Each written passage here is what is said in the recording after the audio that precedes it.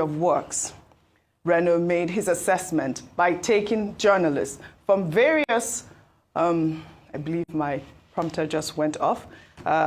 If we can just play up the sound, because Reno went with various journalists.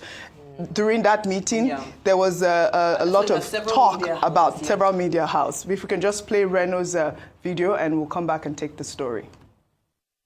We are at kilometer 19.5, and everything is verified by the mileage of the car, and that will be giving video evidence, photographic evidence will be given to everybody present and members of the public if they so want. Right now, we are at Okun Aja. People in government should not think that people who raise these objections are enemies of the state, are haters. No, they have a right. A lot of these people are patriotic citizens.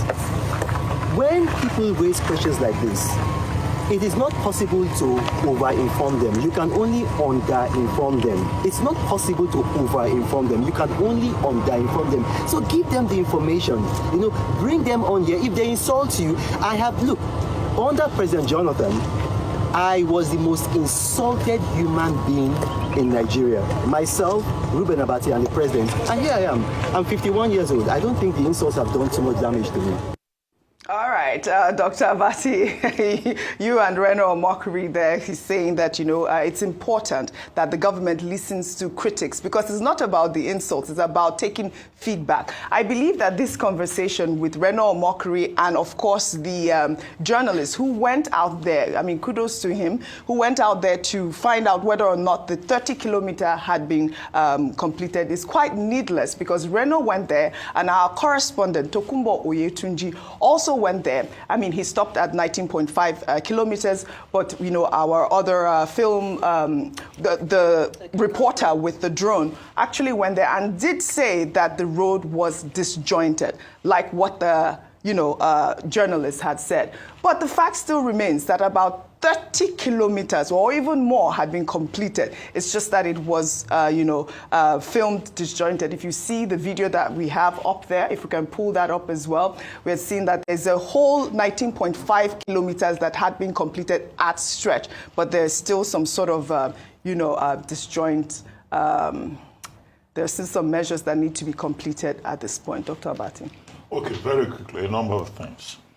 Reno Omokri made a point that, look, the responsibility of a government is to provide information, and that government cannot over-inform the public. I think on that score he's right. Two, he says that, look, that stretch of road, 750 kilometers total, is going to open up the whole of that corridor, both to real estate, to tourism. Again, that is right. Three is the distance between Lagos and Calabar. When I was, when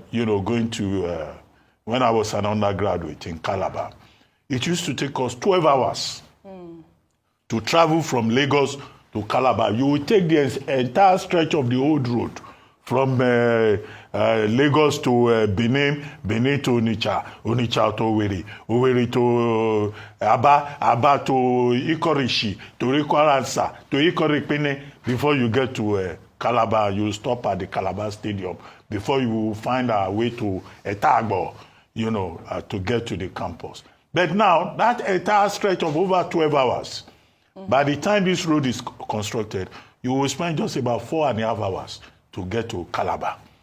So as somebody who has traveled from this side to that side for a period as a teenager, I think it's something, that is a major worthy legacy project. And that's why I don't join people in condemning the project.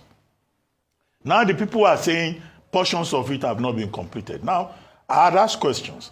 The median, that median you see, where there seems to be no construction, that is an optional route that has been left there to make provision for a future rail line. That's the explanation that I got. That in the future it's possible to put a rail line in that median, and then you can have, vehicles. You can also have a rail line. So provision has been made there. But what Reno Omokri has done is to travel up to 19 point something kilometers, 19.5 kilometers, and to say, look, it is real. And as for skeptics who say, oh, they don't think that President Bola Ahmed Tinubu will complete the project. Well, it's for him a legacy project. I think that this kind of project that is a legacy project, he will be toying with the mind of Nigerians if he says he's not going to complete it.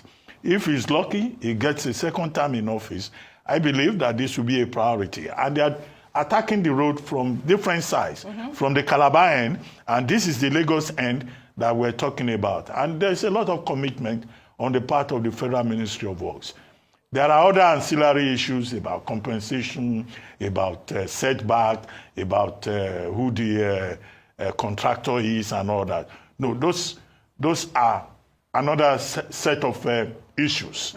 But the big issue is that, you know, the road is real and some progress has been made. Yes. And I think that we should just encourage government. But as Reno Omokri also pointed out, citizens have the right to ask questions. And if they ask questions, answers must be provided to those questions. Absolutely. And some of the question concerns tolling. How much is it going to cost the average Nigeria to pass that road? Also the fact that, it is the government, it's our money that is being used to build the road. So we want to know how much it is. And also, like Dr. Bati has raised, compensation. I mean, because the realignment, the people that were displaced because of realignment, those people are still asking as to, what is it that they're going to do with that whole corridor.